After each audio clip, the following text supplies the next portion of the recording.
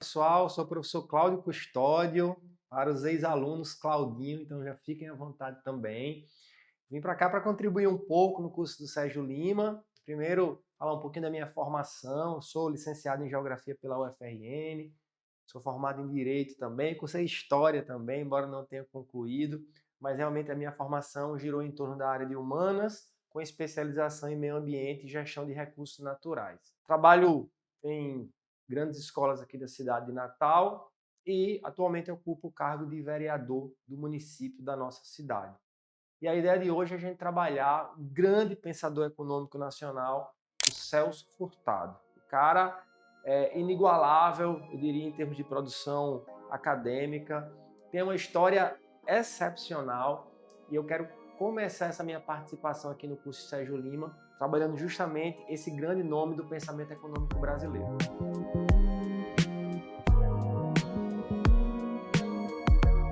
Então começamos pela vida do Celso Furtado.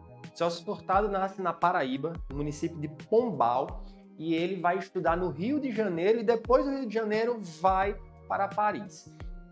Esses detalhes da sua vida, vocês podem ler no conteúdo do material, o mais importante é você entender essa busca dele pelo conhecimento. Inclusive tem uma passagem muito curiosa, tem um texto dele, quando ele tinha 18 anos, quando ele diz o seguinte: penso em escrever a história econômica do Brasil. Olha que negócio massa. O cara ainda muito jovem, com 18 anos, ele já visualizava a produção do que ele se tornaria o grande nome do pensamento econômico nacional. E foi exatamente isso que aconteceu. Ele vai pensar a nossa história econômica, ele vai escrever sobre isso, e a partir disso ele vai desenvolver as suas ideias. Bom, quando ele vai para Paris, ele faz o seu doutorado, tal, ele volta para o Brasil, só que depois, minha gente, ele acaba tomando uma decisão no sentido de atuar politicamente também. É quando ele vai fazer parte de uma comissão econômica para a América Latina, para pensar a economia da América Latina. Essa comissão ela vai ser importantíssima porque vai criar basicamente a visão sobre o estruturalismo, que eu falo já já com vocês. Essa análise da América Latina é óbvio que vai servir para o nosso país e para o pensamento econômico brasileiro.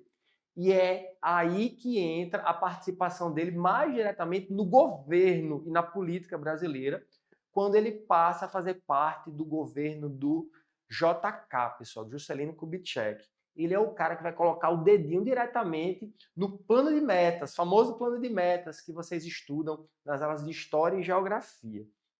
Esse plano de metas também vai sofrer uma influência do Celso Furtado na criação da SUDENE, pessoal, a Superintendência de Desenvolvimento do Nordeste. Inclusive, uma das primeiras ideias que eu trago para vocês.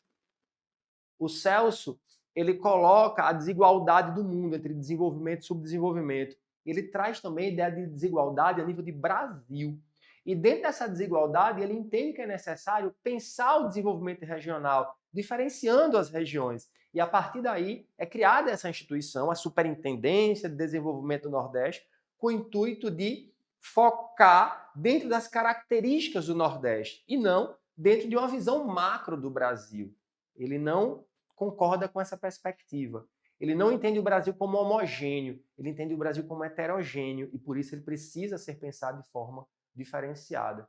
Então, de cara aí, ó, ele participa do plano de metas, participa da criação da SUDENE, ele é o primeiro gestor da SUDENE, inclusive, por cerca de 4 ou 5 anos, e ele já deixa sua marca na nossa história, lembrando que a SUDENE tem um papel relevantíssimo na história do Nordeste. Acontece que no governo do João Goulart, lá nas reformas de base do João Goulart, ele também tem uma influência direta. Acontece que o João Goulart ele é cassado, ou melhor, é deposto do poder. Né? Os militares assumem o poder e é quando o Celso Furtado sai em exílio para a Europa. Então ele volta para a Europa, vai ter uma participação importante em várias universidades europeias. Inclusive, pessoal, essa não é a segunda vez que ele vai para a Europa, tá? O Celso Furtado também participa como pracinha da Força Expedicionária Brasileira. Lembrando que pracinha era o termo, eu diria, carinhoso, né? Que nós chamávamos os nossos soldados que lutaram na Segunda Guerra. E aí o Celso Furtado ele luta na Segunda Guerra como oficial, tá bom? Como oficial das Forças Armadas Brasileiras. E aí, voltando lá, quando ele sai em exílio, tem participação em várias universidades europeias. Quando acaba o regime militar, ele volta para o Brasil e, mais uma vez, se engaja na política. Então, perceba, ele tinha uma vivência não só acadêmica, ele tinha uma vivência da prática também. Ele tentava implementar as ideias que ele colocava nos livros. Só que quando ele vai assumir um papel no governo do José Sarney, nessa fase da redemocratização, ele vai ser o cara que vai pensar o Ministério da Cultura. Olha que massa! Ele é um economista já renomado no Brasil e no mundo, ele vai ser colocado para trabalhar como ministro da Cultura. E você pode pensar, Claudinho, o que o danado tem a ver? Pessoal, essa é uma nova linha de pensamento dele. Ele diz o seguinte, olha, a cultura ela tem que ser usada para o desenvolvimento econômico também. Por quê? Porque se a gente se submete a uma cultura estrangeira, a um modo de consumo estrangeiro, nós nos submetemos a valores, a uma perspectiva de controle econômico que vem lá dos desenvolvidos. E a gente não pode fazer isso. Nós temos que desenvolver nossa própria cultura. E isso a partir do estímulo do Estado. Mas entendam, não o Estado criando cultura, ele não acredita nisso. É o Estado criando meios para a sociedade desenvolver cultura, inclusive com políticas públicas. E aí eu vou dar uma informação para vocês curiosa. A Lei Rouanet, lei brasileira de incentivo à cultura, as leis de João Maranhão e Câmara Cascudo, que são leis municipal e estadual, de Natal e do Rio Grande do Norte, são leis todas que derivam dessa visão, dessa corrente de pensamento do Celso Furtado lá nos anos 80. Então o cara realmente é muito especial. Ele vai produzir, pessoal, conteúdo acadêmico até 10 dias antes do seu falecimento. Então, de fato, é o grande nome da nossa economia. Sou suspeito porque é o meu autor preferido, o meu economista favorito a nível de Brasil. Claro que não é unanimidade, tem todo tipo de crítica, até porque, que fique muito claro, ele faz uma crítica direta a um liberalismo inglês clássico, né? Ele vai pensar o Brasil não de fora, ele vai pensar o Brasil de dentro. Então ele se diferencia totalmente dessa visão externa e pensa Brasil, Brasil e Brasil dentro de uma análise nacional, não estrangeira. E agora a gente vai para o próximo tópico.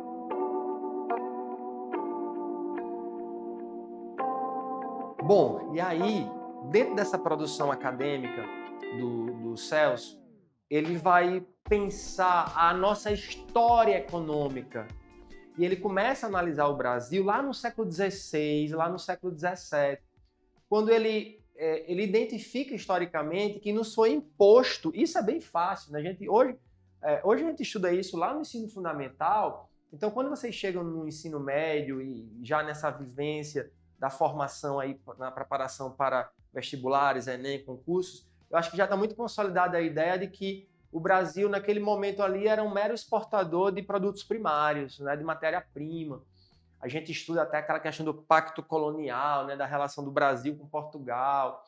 O Adam Smith, pessoal, ele vai trazer lá no século XVIII a ideia de divisão internacional do trabalho, onde ele coloca que alguns países serão especializados em produzir matéria-prima, basicamente, e outros especializados em produzir manufaturas. E aí o Celso Furtado, ele traz essa visão em grande medida para pensar, apesar do Adam Smith ser um pensador clássico, mas é claro, ele bebe de todas as fontes, o Celso Furtado. E ele pega essa visão e ele diz, olha, o Brasil nesse momento é um país que está submetido a um modelo econômico colonialista, onde o Brasil é um exportador de matéria-prima. E ele, de cara, ele diz, olha, isso aí vai concretizar um modelo econômico que não vai ser nada bom para o Brasil.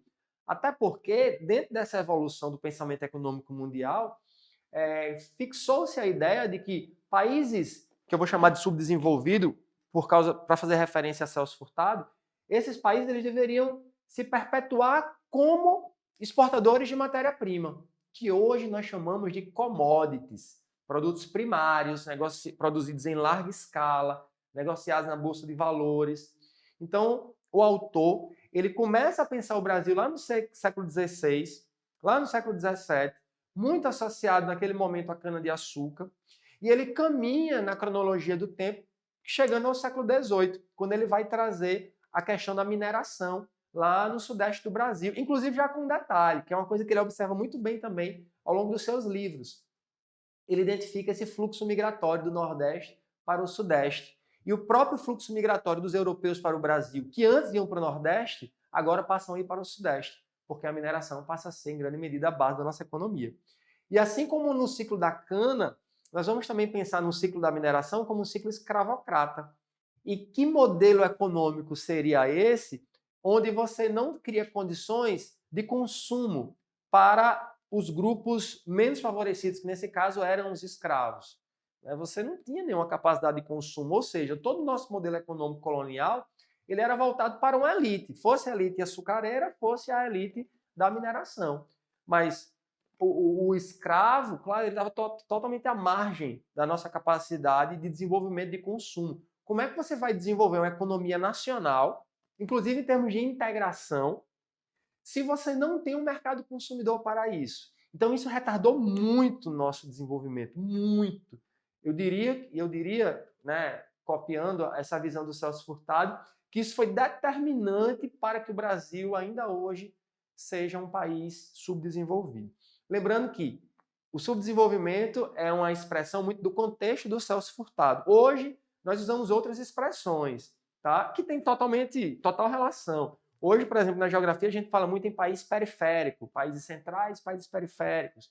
Mas ao longo da minha vida como estudante, eu lembro de escutar em aulas ou em textos país em desenvolvimento, né? Ou simplesmente país pobre.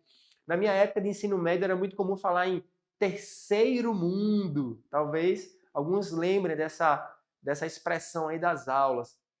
Mas realmente a expressão subdesenvolvimento é muito atrelada ao Celso. E aí, pessoal, ele continua a sua análise histórica, chegando ao século XIX e trabalhando a influência do café. E no café ainda o modelo escravocrata, embora no café tenha ocorrido a transição para um modelo de trabalho livre. E aí a nossa sociedade começa a se moldar a uma outra pegada, uma pegada mais global, de trabalho livre, de trabalho assalariado. Só que imaginem que ainda era uma relação muito confusa, porque os recém-libertos, né, os escravos que foram libertados, eles continuavam muitas vezes a trabalhar nas fazendas dos caras que eram os seus opressores ali, os senhores de escravo. Então as relações eram muito confusas, não havia uma perspectiva de direito trabalhista, não havia uma perspectiva de salário mínimo, que são condições trabalhistas que foram concretizadas no Brasil, inclusive com grande participação do Getúlio Vargas, com a criação da CLT, a consolidação das leis trabalhistas. Então, no século XIX, pessoal, as coisas não mudaram tanto em termos de estrutura econômica nacional. O Brasil continuava a ser um país exportador de produtos primários. No século XX, as coisas começam a mudar. E aí quem entra em cena é o Getúlio Vargas, com uma pegada de atuação do Estado nesse processo de industrialização. Aí a gente tem que considerar, por exemplo, a criação de grandes empresas estatais. Né? De 1930, quando Getúlio assume o poder, até 54, quando ele comete suicídio e sai do poder, empresas como Companhia Vale do Rio Doce, Petrobras, CSN, Fábrica Nacional de Motores, todas estas foram criadas nesse período, considerando também que nesse período quem governou por um mandato foi o Dutra. Então, pessoal, o Celso Furtado, no século XX, ele começa a pensar e a discutir como o processo de industrialização poderia gerar um desenvolvimento para o Brasil. Não mais o modelo escravocrata, que ficou para trás, não mais em um modelo com influência direta estrangeira, com o Brasil exportando só produtos primários, mas agora o Brasil se tornando também um país industrializado. Ou seja, para a corrente de pensamento do Celso Furtado, a industrialização é essencial para tirar um país do subdesenvolvimento e levá-lo ao desenvolvimento. Isso parece muito óbvio hoje, mas foi necessário ele escrever e desenvolver toda uma visão acadêmica para consolidar essa visão em nossa sociedade. Então nós temos que nos industrializar, nós temos que desenvolver tecnologia. Nós não vivemos a terceira revolução industrial, ou melhor, a atual quarta revolução industrial, a Revolução 4.0. Nós ainda temos uma economia muito primária. Se nós pensarmos o Rio Grande do Norte, ou até mesmo Natal, nossa capital, nós basicamente não temos indústria. E quando pensamos a indústria, do Rio Grande do Norte, nós temos, por exemplo, indústria têxtil, que é uma indústria tradicional, da primeira revolução industrial. Nós temos indústria de alimentos, que são indústrias básicas também. Então, como exemplo, Natal, Rio Grande do Norte, mas pensando no Brasil, pessoal, ficamos para trás em termos de industrialização. E ele acredita nisso, que precisamos desenvolver uma indústria para fortalecer nossa economia, fortalecer nossos laços econômicos e, a partir daí, fazer o país realmente ir no caminho do progresso, do desenvolvimento.